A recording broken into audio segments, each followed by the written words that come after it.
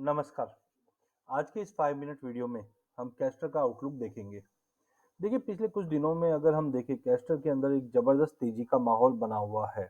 जिस ढंग से हम देख रहे हैं कि क्रॉप के जो एस्टीमेट आ रहे हैं और साथ में जो डिमांड है, वो कहीं न कहीं एक बड़ा मिसमैच दिखाता हुआ दिखाई दे रहा है, जिसके चलते हम समझते हैं कि कैस्टर में आने वाले दिनों में एक अच्छी खासी तेज़ी बन सकती है।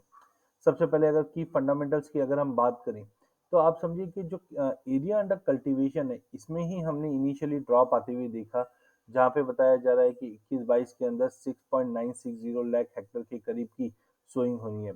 गुजरात सबसे बड़ा स्टेट हम मानते हैं, जहाँ पे 5.38 लाख हेक्टेयर के आसपास की सोइंग है। इसके बाद राजस्थान, आंध्र प्रदेश, यहाँ पे भी हमने देखा है कि ओवरऑल जितने भी स्टेट हैं, यहाँ पे हमने प्रोडक्शन में थोड़ा बहुत कमी आते हुए ही देखा है।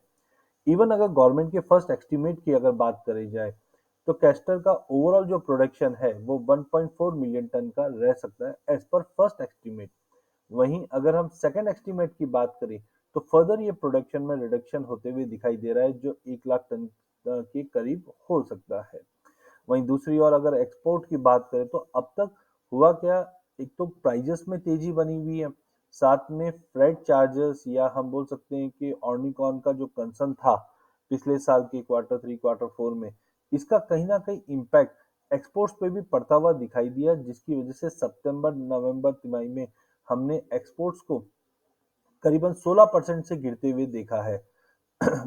अब जाकर हम देख रहे हैं कि जनवरी से ऑर्निकॉन का जो कंसर्न है वो मेजर सिटीज में काफी कम होना चालू हुआ है, ग्लोबल मार्केट में भी कम होना चालू हुआ है। तो आगे जाके ये उम्मीद जरूर है कि जैसे जैसे कोरोना का कंसर्न कम हो रहा है, इंडस्ट्रियल डिमांड रिवाइव हो रही है, इसका सीधा सीधा असर हम कैस्टर ऑयल और कैस्टर मिल के एक्सपोर्ट्स पे भी आते हुए देखेंगे। इन सबको देखते हुए हमें लगता है कि कैस्टर के जो प्राइजेस है, इनमें हम एक अच्छा खासा बाउंस देख पाएंगे, क्योंकि एक तरफ हम प्रोडक्शन देख रहे हैं और कैरी ओवर स्टॉक जो कम बताया जा रहा है। दूसरी ओर अगर हम देखें, तो डिमांड में रिवाइवल कंटिन्यू होते हुए दिखाई दे रही है, चाहे हम डोमेस्टिक की बात करें, चाहे हम इंटरनेशनल की बात करें। चार्टिकली भी अगर हम देखें, तो देखिए प्राइजेस तो 2020 अप्रैल से ही वन साइडेड तेजी में ही है, जहां हमने 3530 3550 का लेवल देखा था।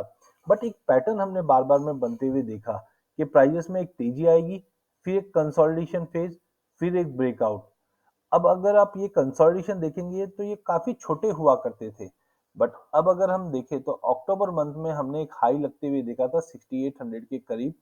इसके बाद प्राइजेस एक कंसोलिडेशन फेज में गया, जहां पे हमने 5800 तक के लेवल बनते हुए देखे और अच्छे वॉल्यूम से आप देखिए 20 मूविंग एवरेज के ऊपर वॉल्यूम आया है, जैसे हम बीच में भी आते हुए देख रहे थे। तो यहाँ पे हमने 20 मूविंग एवरेज के ऊपर का वॉल्यूम बनते हुए देखा। 6350 के ऊपर जैसे ये ब्रीच हुआ, पिछला हाई ये भी वॉल्यूम के साथ सिंगल कैंडल में वीकली चार्ट पे तोड़ चुका है।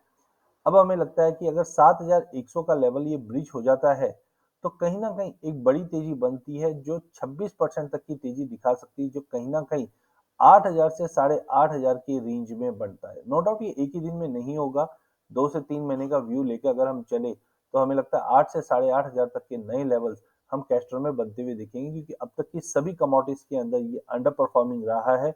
इस पे आपको ध्यान देना चाहिए, क्योंकि इसमें टेक्निकल और फंडामेंटल दोनों ही काफी स्ट्रांग है। बट आप 2 से 3 महीने का व्यू लेके चलिए। ओवरऑल पूरे एग्री पैक के अंदर तेजी का रुख ही रहेगा। इसमें कैस्टर एक अच्छा रिटर्न दे सकता है। अगले 2 से 3 महीने अराइवल्स आने वाले हैं, बट कम रहने की वजह से कोई बड़ा फुल बैक नहीं रहेगा।